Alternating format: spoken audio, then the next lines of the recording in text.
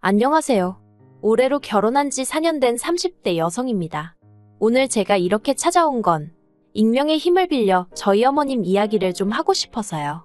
솔직히 친구들한테 하기에는 제 얼굴에 침 뱉기 같고 어쨌든 남편의 체면이라는 게 있으니까 좀 그렇더라고요.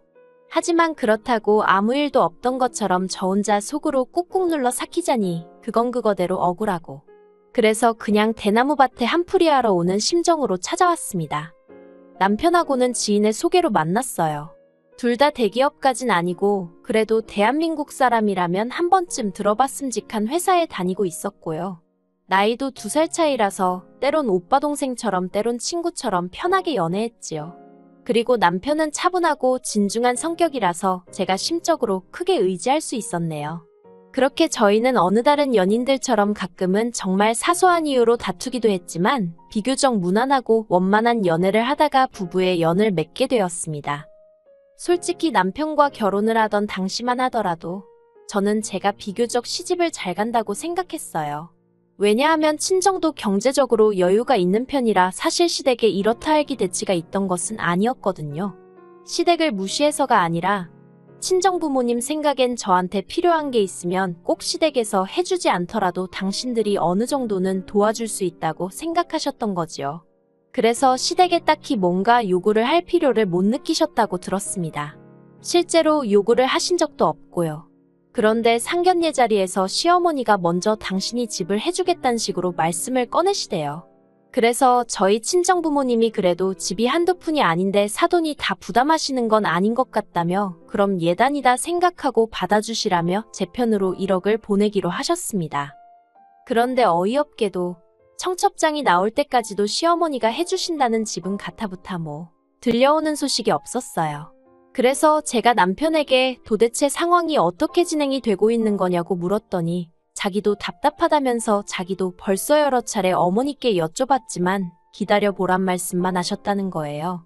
그리고 저는 당시 그냥 기분 탓이었겠지만 왠지 찜찜한 생각에 친정부모님이 진작에 주신 1억을 시어머니께 드리지 않고 있었거든요. 그런데 그러길 천만다행이었던 게 제가 가정가구도 이제 정말 미룰 수가 없다 싶어서 어머님한테 도대체 집은 언제 볼 수 있는 거냐고 물었거든요. 그랬더니 그제서야 하신다는 말씀이 집을 사준다는 게 아니었고 당신이 알아보겠다 한 건데 다들 착각한 거랍니다. 그리고 그 이야기를 듣곤 남편하고 저하고 정말 어이가 없어서 뭐라 할 말이 없더라고요. 오죽 답답했으면 아니 그러면 하루라도 빨리 오해가 있었던 것 같다고 이야기를 해주셨어야 하는 거 아니냐고 제가 저도 모르게 따지듯 물었다니까요. 그랬더니 어머님이 당신이 저나 저희 부모님 볼낯이 없어서 차마 말을 못하셨다는데 당연히 그런 말 같지도 않은 변명이 제 귀에 들어올 리가 없었지요. 게다가 어머님이 그래도 당신이 집 하나 받은 곳이 있다며 저희를 데리고 가셨는데 알고 보니 서울도 아니고 경기도, 그것도 시어머니 집에서 걸어서 10분 거리밖에 안 되는 곳이더라고요.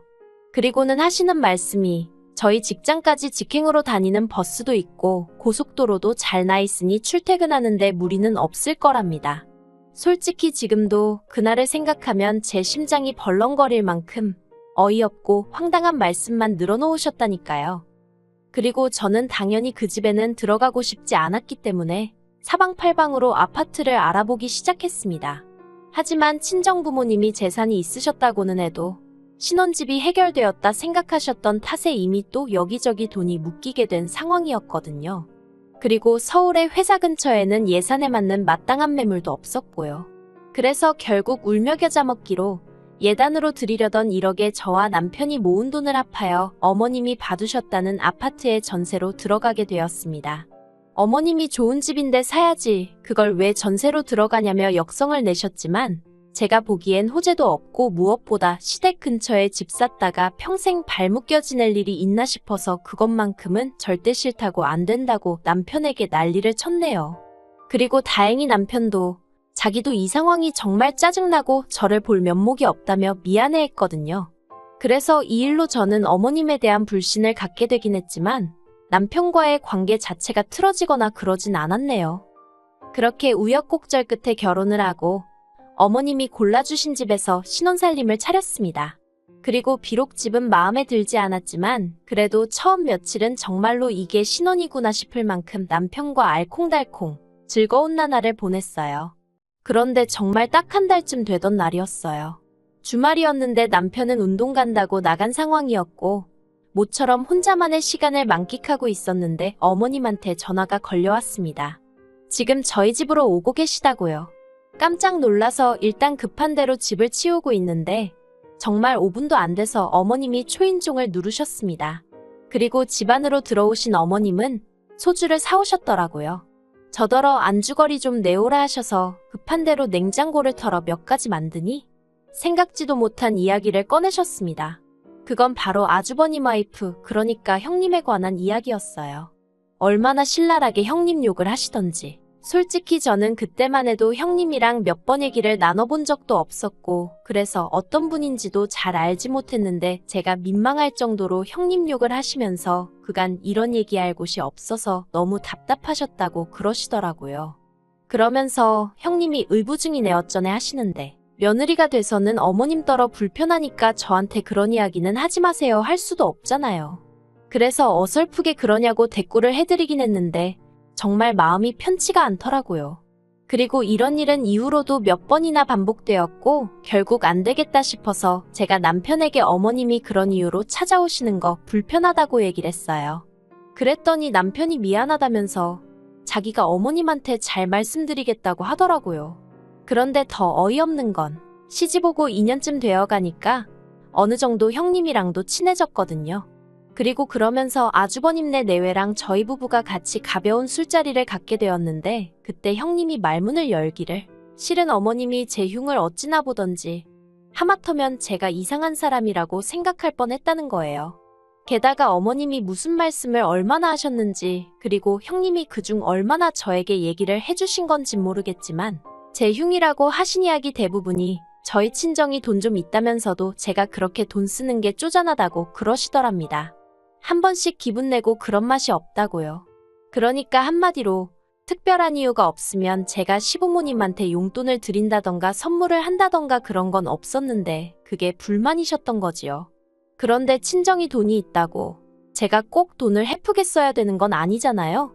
돈을 아껴 쓴다고 욕을 먹을 줄은 상상도 못했네요. 하지만 제가 단지 어머님이 제 뒤에서 제 욕을 하셨다고 이렇게 안 보고 살겠다는 마음까지 먹게 된 것은 아닙니다. 제가 정말 어머님에 대해서 다시 생각하게 된 건 어머님이 선을 지키지 못하시고 자꾸 저희 친정 재산에 욕심을 내시고 막말을 하셨기 때문이에요. 사실 결혼할 때부터 남편과는 서로 모든 재산을 오픈한 상황이었기 때문에 제가 직접적으로 시어머니께 말씀을 드리진 않았어도 결국 다 알게 되시더라고요.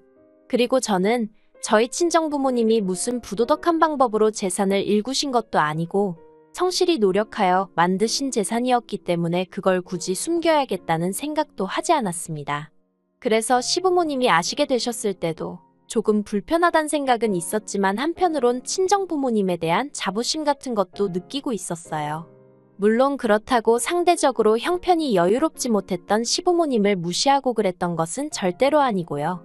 그런데 언젠가부터 시어머니가 자꾸 저희 친정 재산을 들먹이시면서 이런저런 말씀을 한마디씩 하시는데 그게 그렇게 듣기 거북하대요. 그리고 결정적인 사건의 시작은 작년에 친정어머니 명의로 되어 있던 주택이 재개발 허가가 나면서였습니다. 앞으로도 몇 년이나 걸릴 일이었지만 친정어머니께선 그 소식으로 무척 기분이 좋으셨고 저더러 아파트가 올라가고 나면 제 명의로 해줄 테니 거기 들어가 살라는 말씀도 하셨거든요. 그리고 그 이야기를 듣곤 남편이 덩달아 신나하더니 기어이 그 이야기를 시어머니한테 한 모양이었습니다. 솔직히 제가 남편더러 시댁에 이야기하지 말라던가 그런 소리를 안 했기 때문에 남편더러 뭐하러 그런 소리를 했냐 할 수는 없었지만 그래도 짜증은 나더라고요. 그런데 그 소식을 들은 시어머니가 보이신 반응이 정말 가관이었습니다. 저더러 그럼 지금 그 집엔 누가 살고 있냐 물으시길래 외삼촌하고 외숙모가 살고 계시다고 말씀드렸거든요.